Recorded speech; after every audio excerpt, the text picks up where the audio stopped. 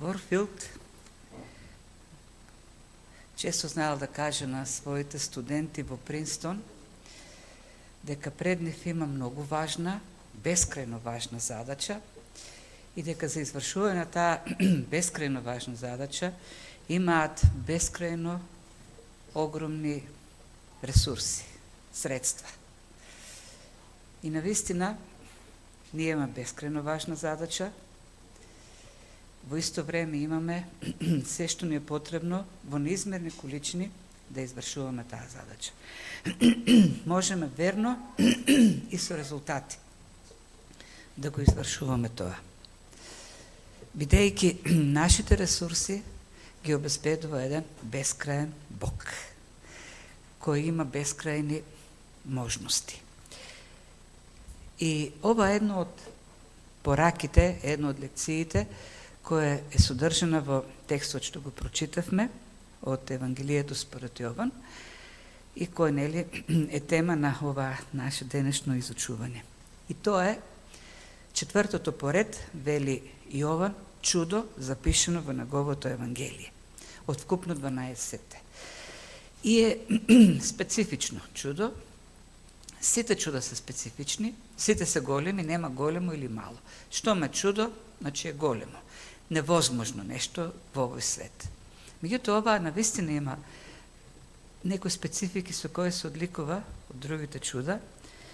Тоа е така најмасовно, можеме да кажеме, пред најмногу луѓе. 5000 луѓе пишува Јован и другите евангелисти и при тоа употребува збор за кој не е генерички за луѓе, туку за мажи. Борчето анер кој значи 5000 мажи, специфично за мажи. Со други зборови, според културата тоа време, вброени се во толпата само мажите. И затоа сите коментатори на Библијата се согласни дека бројката била барем 3 или 4 пати поголема, вклучувајќи и жените и децата кои не се бројат. Може би 15-20 илјади народ. Пред толкава толпа Христос го прави тоа чудо. Меѓу другото, самиот Јован вели дека меѓу луѓето имало момче со 5 леба и 2 риби. И употреба зборче не маж момче. Не било единственото момче, сигурно, многу момчиња и многу жени. Другата специфика на оваа чудо е што за разлика е тоа единственото кое е запишено во сите 4 евангелија. Ако го исклучиме или чудото на воскресението на Христос, ова е споменато од сите евангелисти, што ја покажува исто така значајноста, бидејќи самото чудо во себе вклучува суштината на Христовата служба на земјата. Во тоа чудо и во проповедта што следи понатамо, во 6 глава, Христос се открива како, давајќи го физичкиот леб на луѓето, како лебот на животот. Тоа е маната која се симнува од небото, небесната мана. Тоа е дојде за да даде живот на луѓето, да даде живот во изобилство. Тоа е доволен за се. И тоа е другата идеја, или основната идеја што ја гледаме. И на крајот, не случајно, нели после ова чудо, е запишена проповедта од Јован на тема на чудото, како повод, нели чудото служи за таа проповед пред толпата следниот ден. И во таа проповед тој го употребува првото од 7-те јас сум во запишени во ова Евангелие, тоест ја прави својата јасна идентификација со Јахве, јас сум тој кој што сум, јас сум Јахве. Како Јахве што хранеше физички во пустината со мана, тако сум јас Јахве, кој е духовната храна за вечниот живот. Но за да ги сватиме сите тие нешта, прво што сакам да направиме, е да ја видиме таа историска рамка. Непосредната ситуација, или животна ситуација, во која се случува тоа чудо. Ако тоа не го сватиме, не можеме да ги сватиме поентите што Јован ги вклучува. Тој го раскажува, тој настан, поинако од Марко. Марко, например, во 6 глава многу со детали го представува, но не вклучува многу поенти кои во пократкиот опис на настанот, не ги вклучува и ова, но тој вклучува пак други работи кои треба да ги сватиме, имајќи го предвид таа сцена, историска сцена. Изучувањето на Библијата како книга не вклучува само граматика. Туку таа граматика треба да ја видиме во тој историски контекст, зашто секој настан кој се случува, па дури оваа служба, е во конкретна некаква ситуација, пред конкретни луѓе. И тоа треба да го сватиме, прво тоа да го сватиме, за да видиме зошто кажува, на кого кажува, зошто тие и како реагираат. И така добиваме целата слика. Текстот почнува со зборчето потоа, или после овие случувања. Тоест, после тоа што било во 5 глава. Што имало во 5 глава? Во 5 глава го видовме исцелението на човекот во бањата Витезда, нешто што се случува меѓу другото во Ерусалим, на голем јудејски празник на Пасха. И таму се случи она расправа, спор со фарисеите, во кој Христос се представи како единородниот син Божи, кој го носи авторитетот на Отецот и прави се она што Отецот го дава како волја, и сега следи ова овдека. Меѓутоа, во меѓувреме се случуваат многу нешта кои, например, Марко ги запишува во 6 глава. Меѓу претходниот настан кој Јован го запишува во 5 глава, кој се случува во Ерусалим, ова гледаме се случува во Галилеја, поминува некаде период од околу најмалку 6 месеци до 1 година. И Јован тука додава дека наближува Пасха. А тој бил во претходниот настан, во 5 глава, пак на голем јудејски празник, што или Пасха, или празниците кои непосредно следат после Пасха. Во првите 8 глави Јован многу брзо го пренесува служењето на Христос во Галилеја, Јудеја, наизменично пак Галилеја, еден период кој покрива околу 3 години, во 9 глави. А потоа од 10 глава натаму, половината од книгата, тој се задржува само на последните 5-6 дена од службата на Христос. Пола книга е 3 години и потоа пола книга последните неколку дена. А пак последната ноќ со учениците е опишана во 1/4 од Евангелието. Тоа е неговиот стил. Со причина, зашто тој е теолог. Така да, наближува Пасха. Тоа е многу важен податок кој, например, не можеме да го видиме во другите Евангелија кои говорат за овој настан. Што друго гледаме овдека? Мора да се послужиме секако и со другите Евангелии, најисцрпен е Марко во тој поглед. Христос решава во еден момент, служејќи во Галилеја, да се повлече со учениците од другата страна на, сега ќе покажем на картата, на Галилејското езеро. Тоа е овој дел тука, познато како Голанската висорамнина, едно место каде што место на конфликти Израел и Палестина, висорамнината Голан, стратешко место, од каде што се контролира голема територија. Настаните овдека следат непосредно после затварањето и екзекуцијата на Јован Крстител. Например, ако читаме во Марко 6 глава, ќе видиме дека, инаку овдека во Галилеја царува, овдека царува Ирод Агрипа, синот на Ирод Велики. Ирод Велики има добри чувства кон Јован Крстител, дури оди да ги слуша неговите проповеди, но знаете, она случка, Иродијада, него сака Јован Крстител и во еден момент користи ситуација да го натера Ирод да го убие. И се случува тоа. Расте популарноста на Христос овдека во Галилеја. Ирод, така, под бремето на вината, почнува да си мисли дека всушност Христос е воскреснатиот Јован Крстител. И во еден момент на такви случувања Христос решава да се повлече со учениците или излегува надвор од онаа територија каде што управува Ирод и каде што всушност и не можеме да кажеме дека е дел од онаа земја која ја населуваат евреите, кога нели ја освојуваат во времето на Исус Навин. Излегува надвор.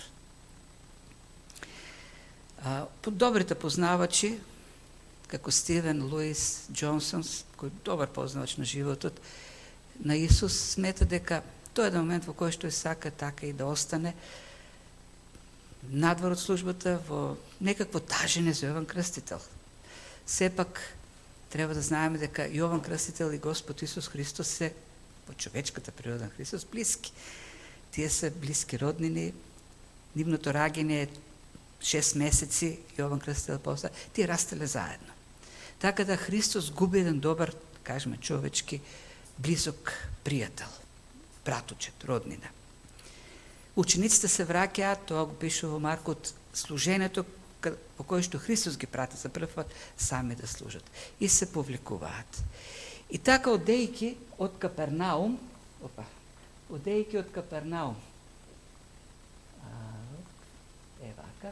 Капернаум се качуваат на бродче да тргнат на другата страна. Многу народ ги е околу нив во Капернаум пред да се качат за да отидат на другата страна. Марко пишува дека кога луѓето забележале дека Христос сака да се оттргне, тие почнуваат покрај брегот да одат пеш и го следат бродчето, насоката на бродчето од копно. И поминуваат од градче на градче. И како што влегуваат од еден град, едно село во друго, им се придружуваат нови луѓе. Тоа е сликата што Марко ни ја дава. Така да кога стигнуваат на другиот крај од езерото, таа толпа станала многу голема. И пише Марко дека стигнале порано пред да пристигнат со бродчето Исус со учениците. Таму ги чекале. И кога Исус се симнува, има пред него голема толпа народ. Еден друг момент, тие се наоѓаат таму каде што е пустина, од другата страна. Наближува Пасха. Што е Пасха за евреите? Во умот на евреите, ние треба да знаеме што е Пасха во умот на евреите.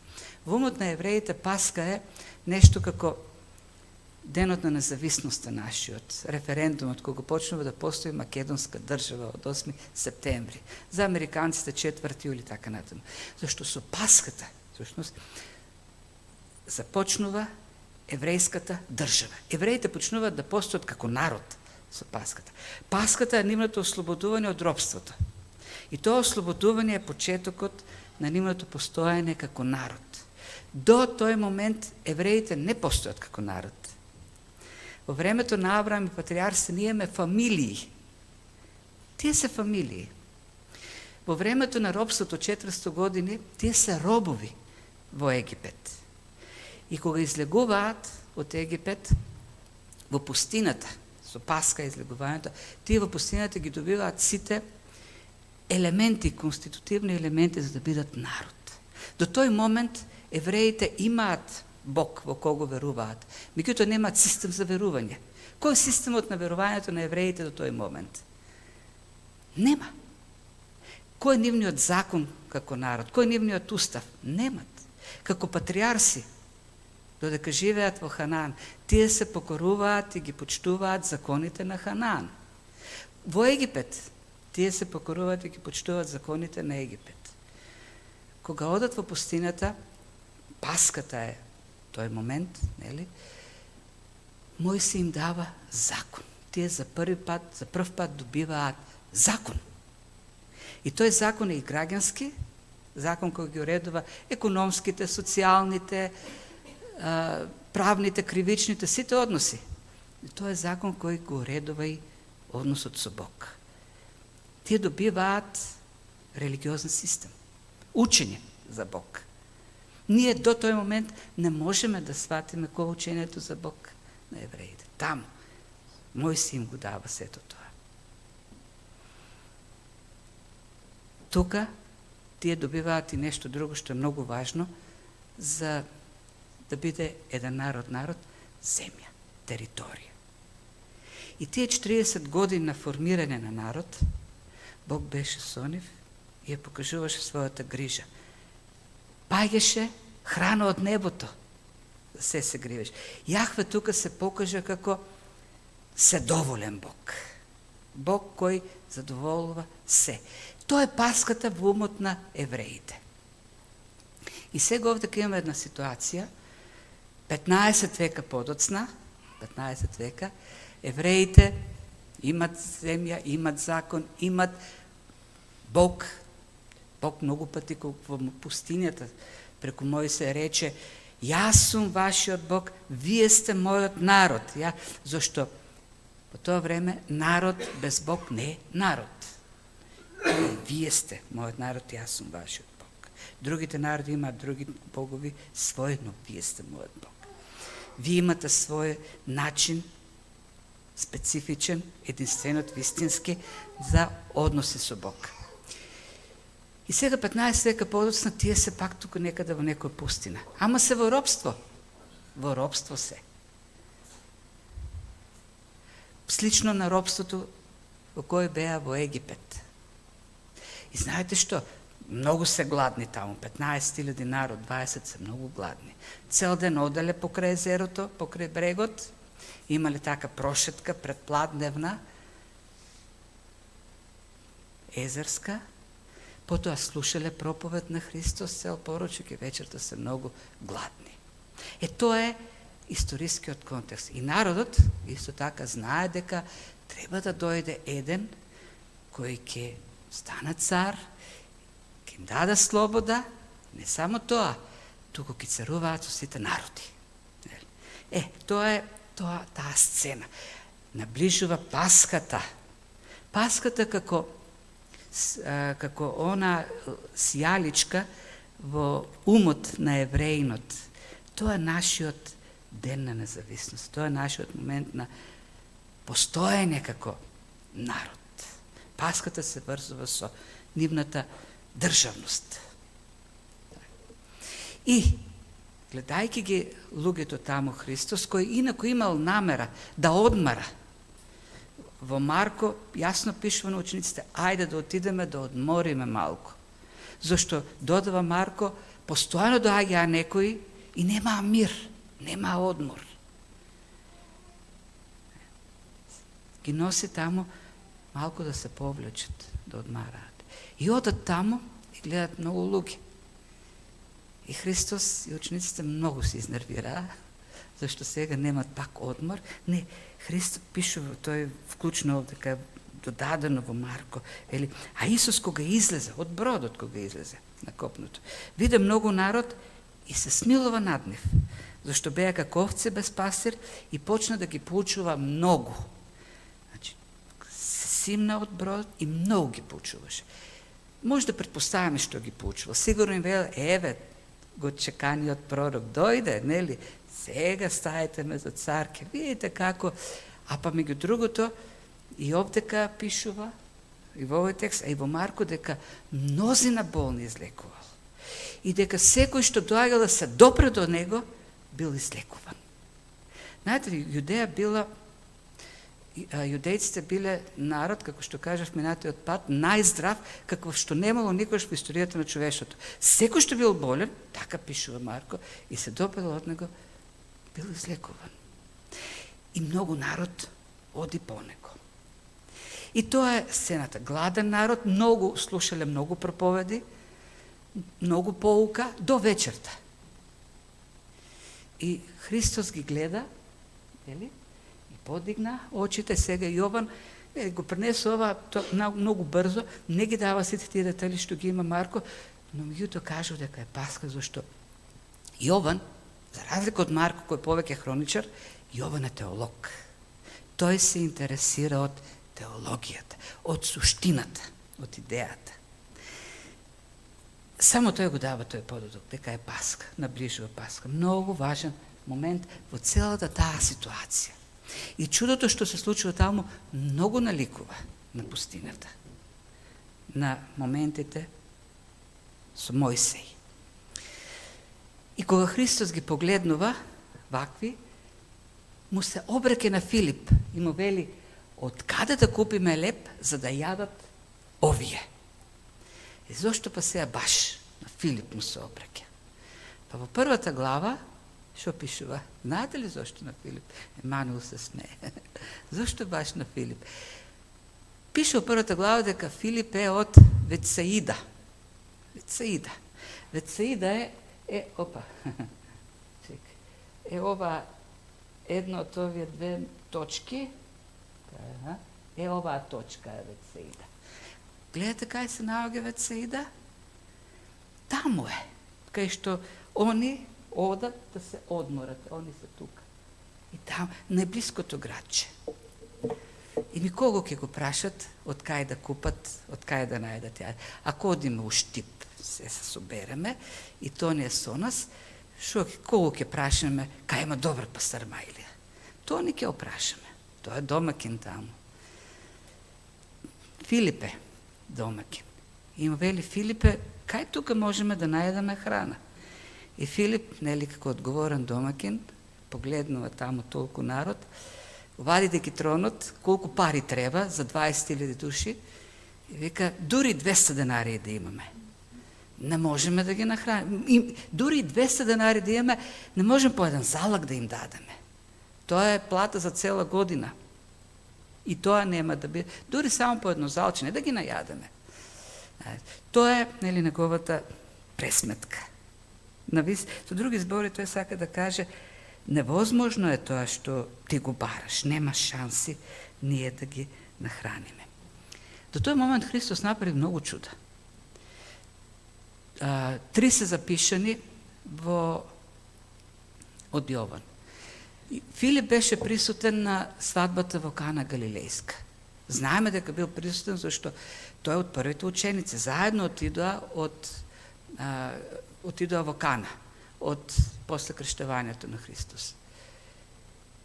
И тамо виде од колку многу вода направи, колку многу вино. Меѓутоа, сега пак, ајде да бидеме објективни. Едно е свадба, друго е таа ситуација тамо. На свадба нека имало 100 души, 200 души нека имало. Ама 20.000 души, тоа е голема разлика. Сега, тоа е премногу дури и за Бог.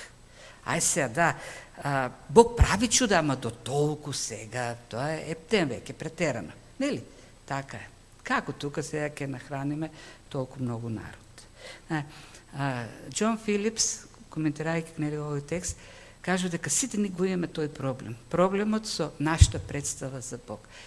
Ние веруваме во премногу мал Бог. Тоа е.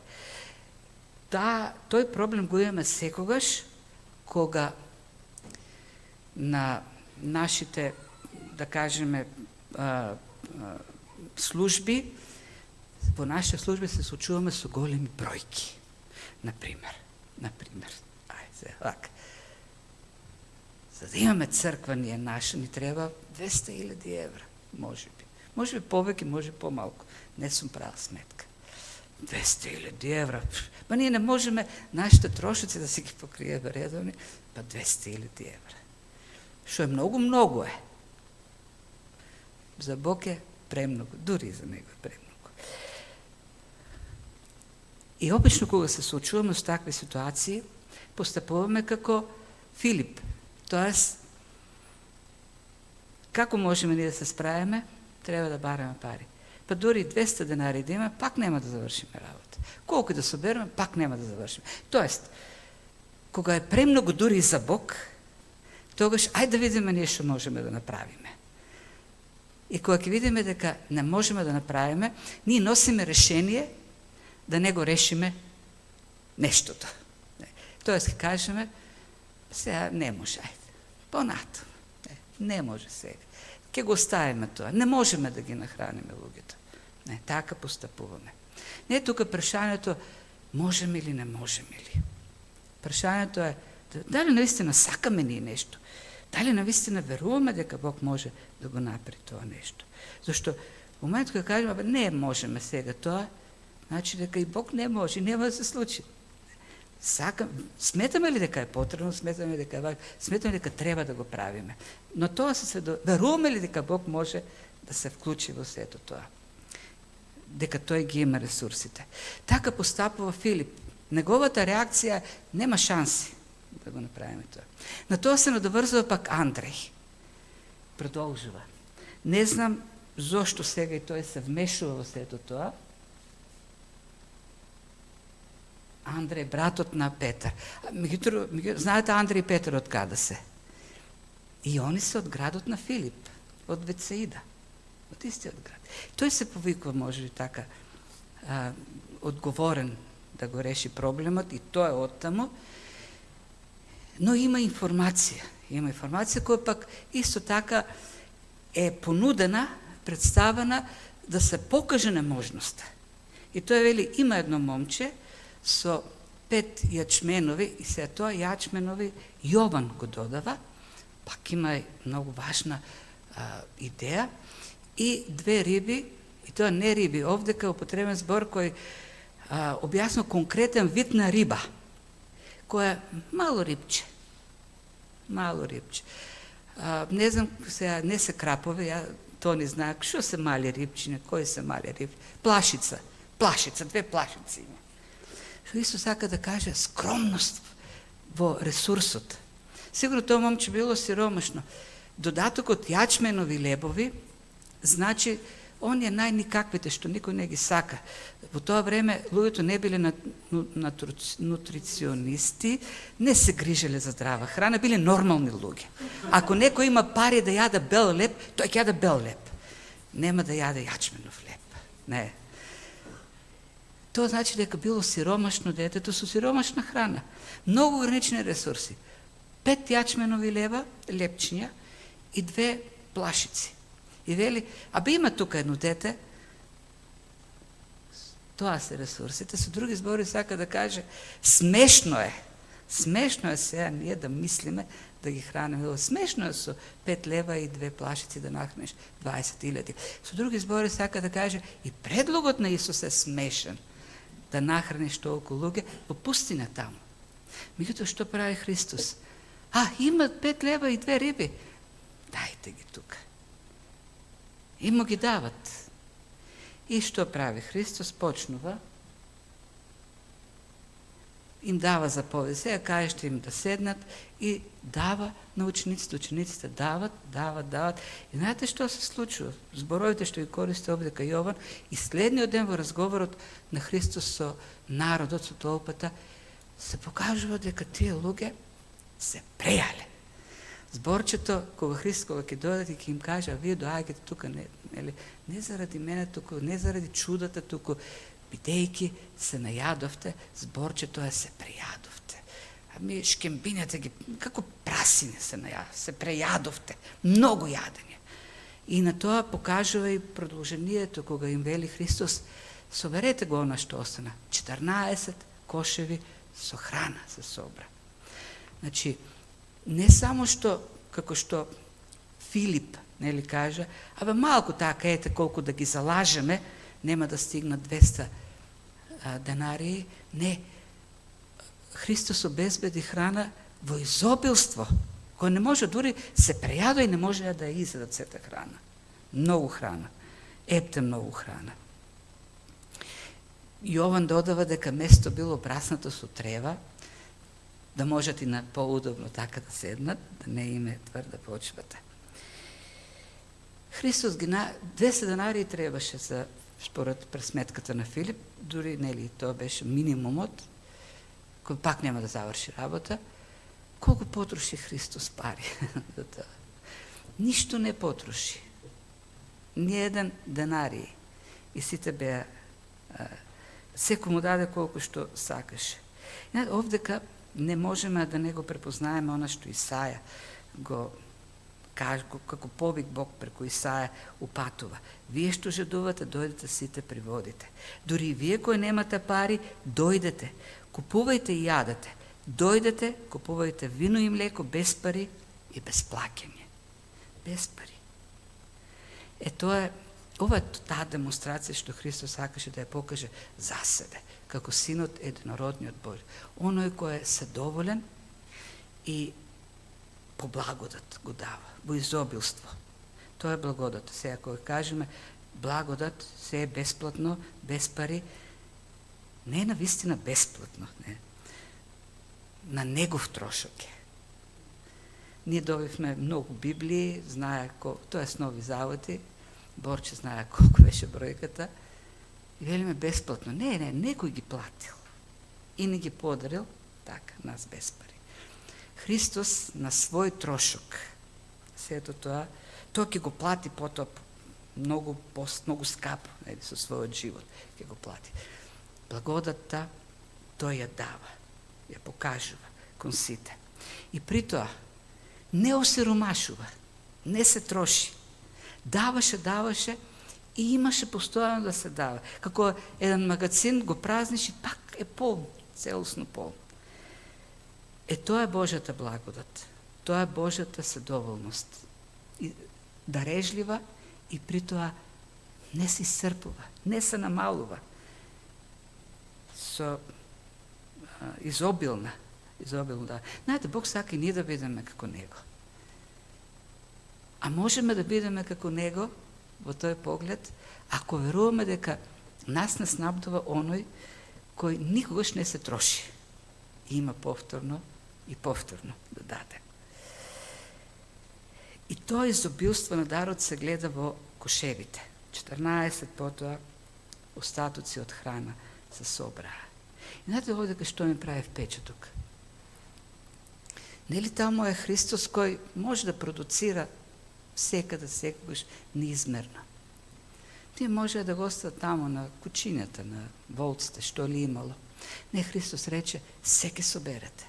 И собраа 14 коша, што има некаква символика, да не алегоризираме, зашто самиот текст не кажа зошто точно 14, но прави интересна е постапката.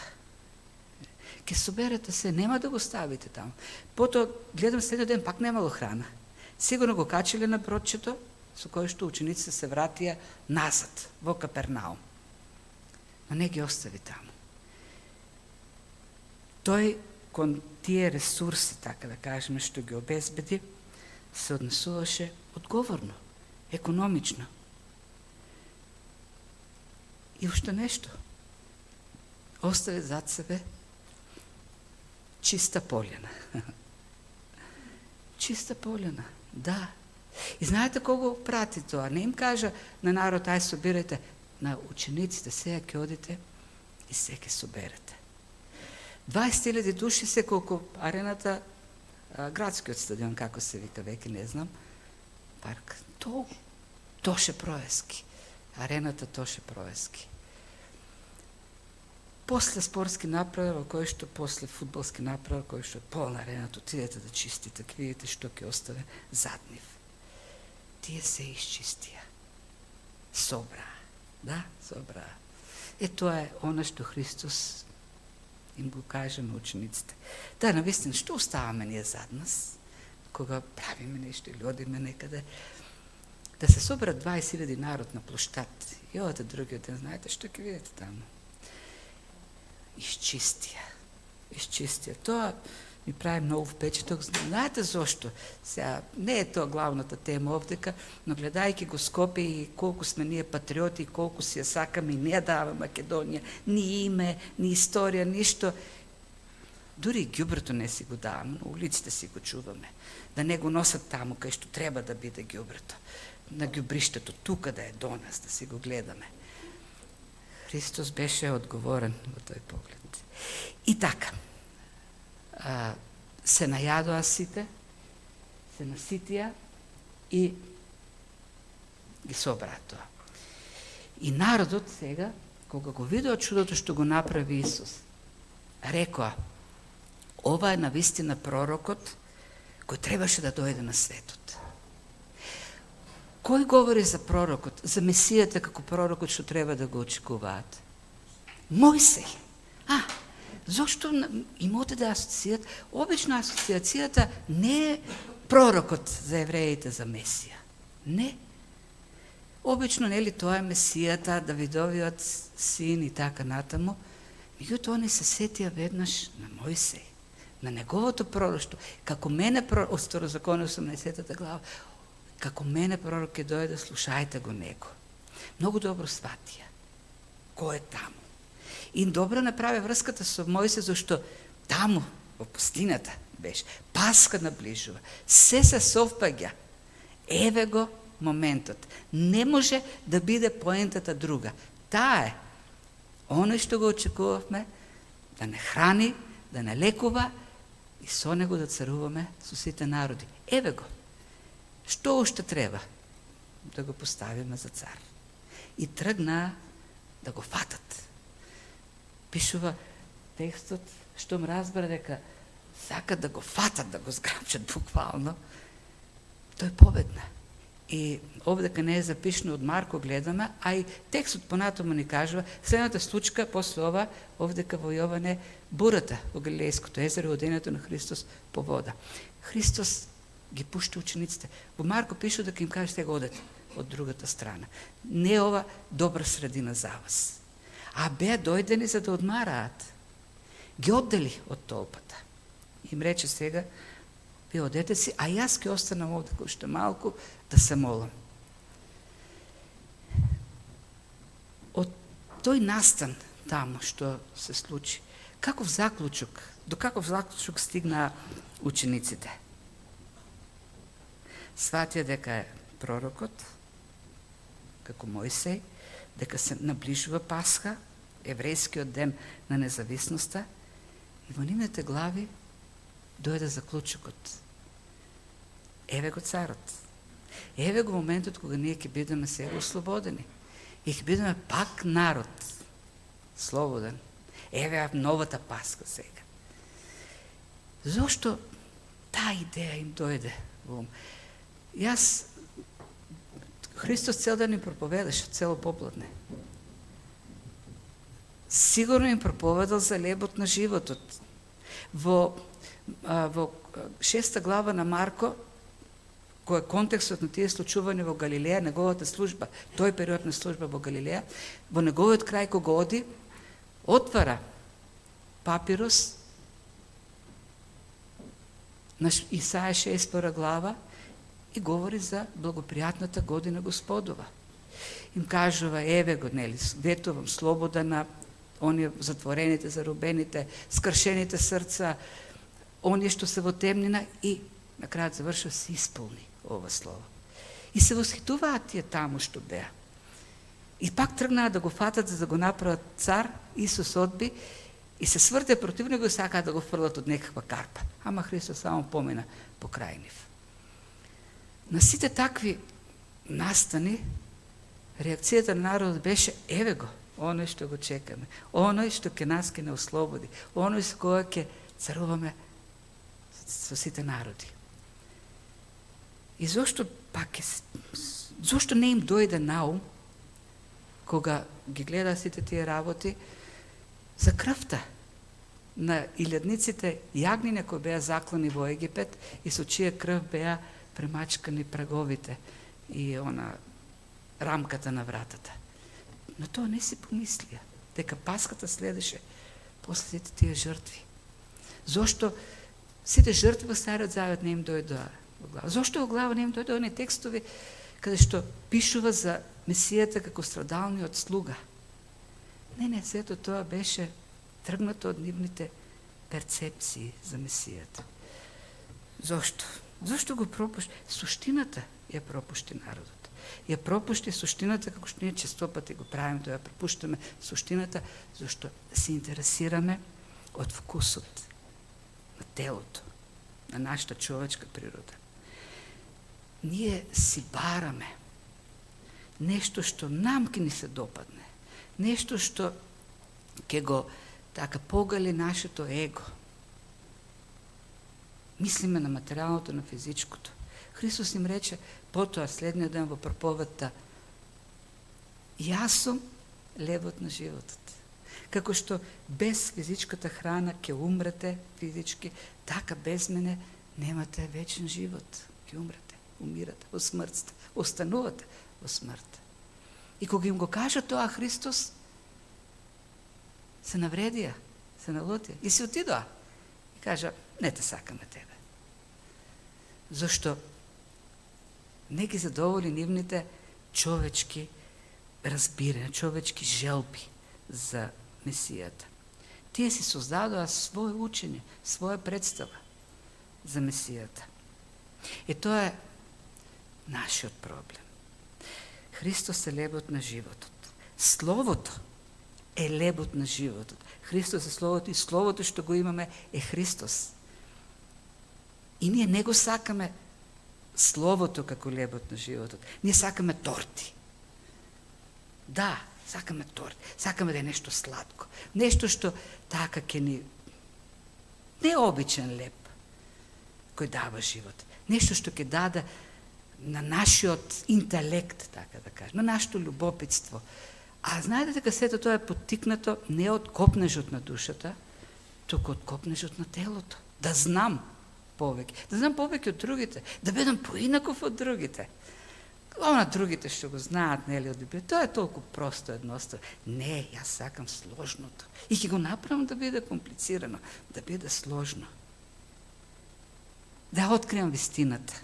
Да, на крат вистината. Вистината беше јасна. И ме кажа Христос вистината. Јас сум Спасителот. И треба да верувате во мене како Спасител. Ние треба сега да бидеме цареви, да господариме со целата земја. Нештата се многу посложни, отколку што ти ни ги кажуваш. И се налутија. Човекот, ако човекот многу знае, тоа не е знак за духовност. Знакот за духовност е копнежот на човекот да му служи, да се посветува на Бог, послушност да живее. Тоа е духовноста. Ние, за жал, духовноста ја мериме на други начини. Со знаење. И тоа знаење кој го надминува знаењето на другите. И знаете, во тој поглед, луѓето стварно се чуделе што да направат, што да измислат. 19 век е популарен, така да кажеме, со стремежот на професорите да реконструираат една историска, објективна, реална представа за Христос. И се нарекува тоа потрага по историскиот Исус. Тие велат, ово Исус што го имаме во Библијата е митологизиран, учениците го представили така митолошки, се ние треба да го најдеме вистинскиот, историскиот, реалната личност Исус. Знаете колку луѓе отишле таму, во Израел, живееле во пустината да го најдат вистинскиот Исус. И не нашле друга информација, освен таа што е запишена во Библијата. Нема друга. Кај ќе најдеш поверодостојна информација? Има тука таму некои зборчиња во римски документи, ама тоа не е ништо, така да кажеме, јасно. И знаете, луѓе умреле таму во пустината, барајќи го историскиот Исус. Нешто ново да измислат. Има еден француски свештеник Рено, кој трагајќи таму по историскиот Исус да го разобличи, тоест да го најде вистинскиот, на крајот заклучува, уствари дека тој историски Исус е драгиот, милиот столар. Така го нарекува. Знаете, во малото има еден таков драг, мил човек, добродушен, може да е столарот, може да е водовочијата. Тоа е Исус, уствари, реалниот. Толстој, нели, кој е по анархизмот, тоа е, уствари, само еден духовен анархист, ништо повеќе. Некои го нарекуваат, Алберт Швајцер вели, Христос е катаклизма, која треба да се случи во животот на секој човек. И така, различни луѓе, за некој е, за тие похаризматичните либерали, тој е еден добар професор, харизматичен, за други е добар етички учител. Вилијам Темпл, кој е бискуп во Кентербери во тоа време, гледајќи ги сите тие заклучоци, вели, абе, вие го направивте Христос, го сведовте на ниво на учител во неделно училиште. Тоа е Исус. Ама знаете ли што е проблемот? Тогаш, зошто луѓето до таа мера би се налутиле на еден обичен учител во неделно училиште или на еден драг столар, па на крајот да го распнат на крстот? Ако тој драг столар, тој ќе се биде драгиот столар. И нема да навлече на себе толку гнев од толпата па да заврши на крстот. Како и да е. Проблемот овдека, пак проблемот овдека е потрагата. Како потрагата Исус да се сведе на нешто друго што е според нашиот вкус. И таа потрага, кажем, кај човекот трае, продолжува. Тие сгрешија суштината, поентата е сгрешија. Зашто нивната потрага беше по цар, не по спасител. По што трагаме? Современиот христијанин трага по Исус кој задоволува желби. Материјални желби, физички желби. Тоа е автоматот кој ќе му пуштиш парички или ќе се обрадиш кон него, ќе ти даде кола, ќе ти даде куќа, ќе ти даде здравје. Ќе задоволува твоите желби. По тоа трагаат. И тоа е нивното разбирање за Христос.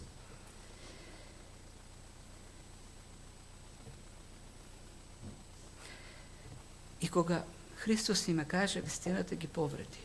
Ги повреди зашто нивните представи беа изградени од нивната суета. Тоа повреди нивната суета. И се налути, и се отидоа. Тоа е големата лекција што овдека можеме да ја видиме. Една од пропуштањето на суштината. Јован е човекот на суштините. Друго нешто што можеме да видиме е неговата седоволност.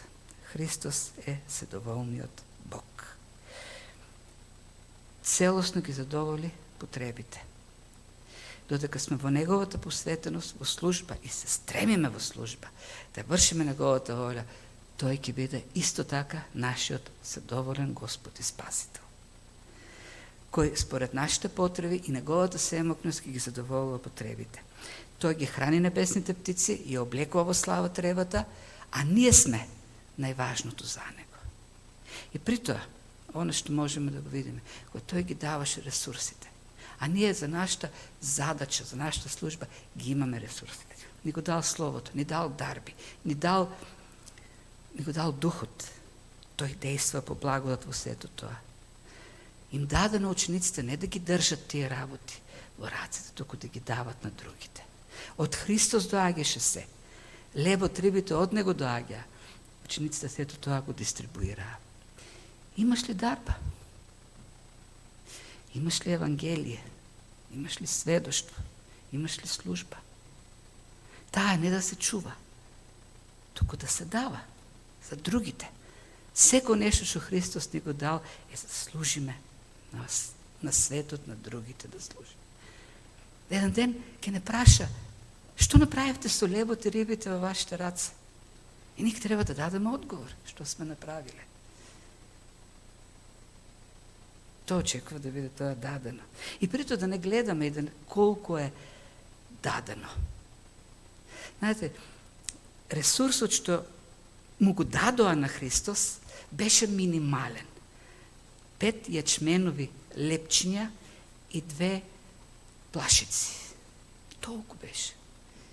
И Христос тоа го направи огромен ресурс. Знаете, најголемите дела Христос, Бог ги има направено од најминималниот ресурс. За да се покаже не ресурсот, туку оној кој ги прави работите. Ами, од што го создаде Адам?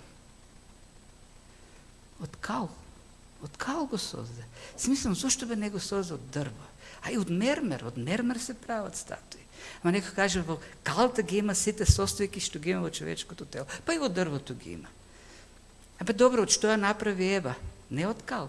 Знаете, ако мажот е верзија 1.0, жената е 2.0, зашто жената е создадена од по-висока форма на материја, од коска, од ребро, за разлика од мажот.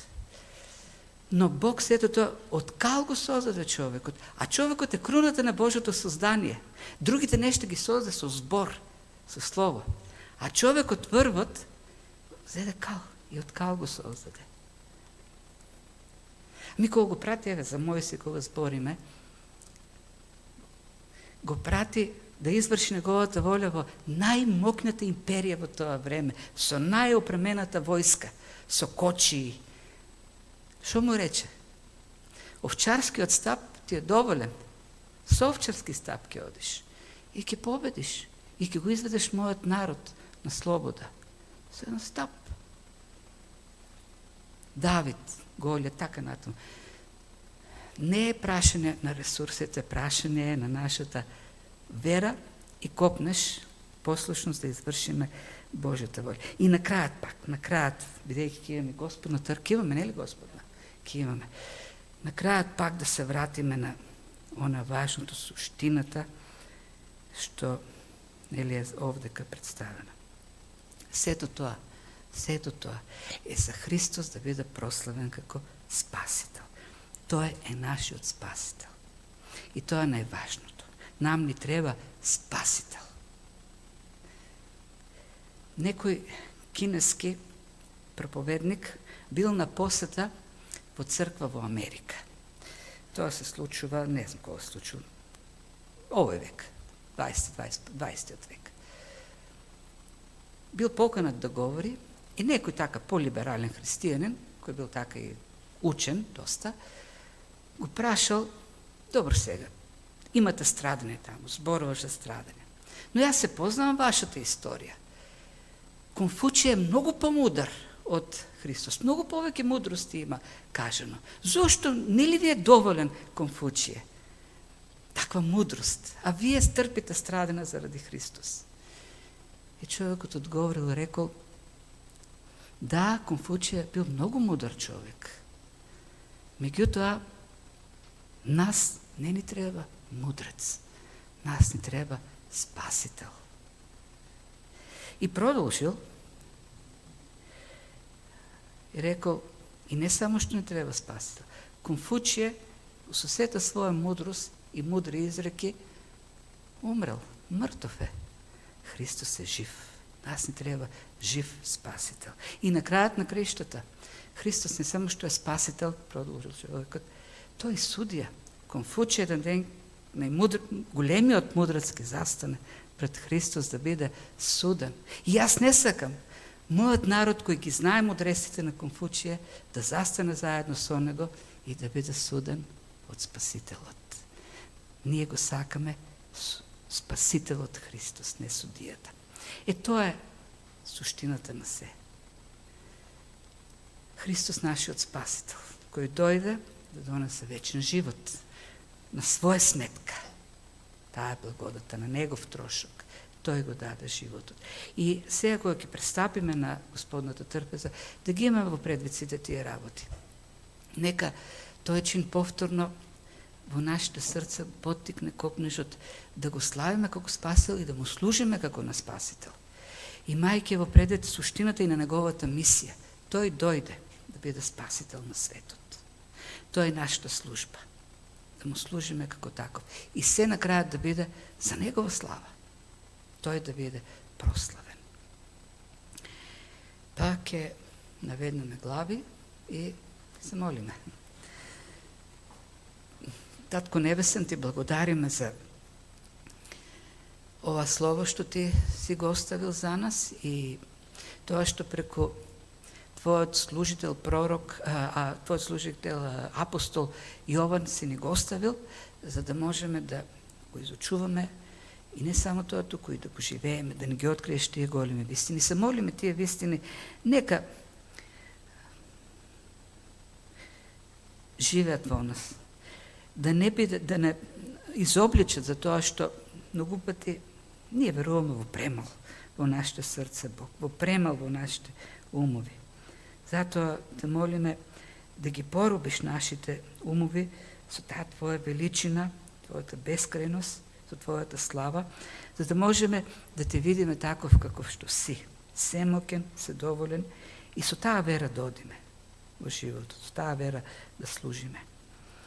Се молиме, Татко, нека твојот дух не исполни и нека жртвата на крстот повторно ја оживи во нас и тоа да донесе уште поголема смиреност и благодарност, да вршиме твојата воља, да го живееме твоето слово, да го проповедаме да сведочиме, да те представуваме во изгубениот свет, во поробените во темнината, во скршените срца, да го проповедаме спасението, благоприятната година Господова. Се молиме, Господи, прости ни за нашите гревови, очисти ни и нека, Господи, пристапиме сите кон извршување на оваа Твоја заповед, кон ова Твое таинство, со смирени, покорни срца, отворени за Тебе, со просветлени очи и отворени за действото на Твојот дух. Во името на Исус Христос, нашиот Спасител и Господ, се молиме. Амин. Добро, ајде сега да пристапиме. Еве, Оливер ми е тука близо, ако сака да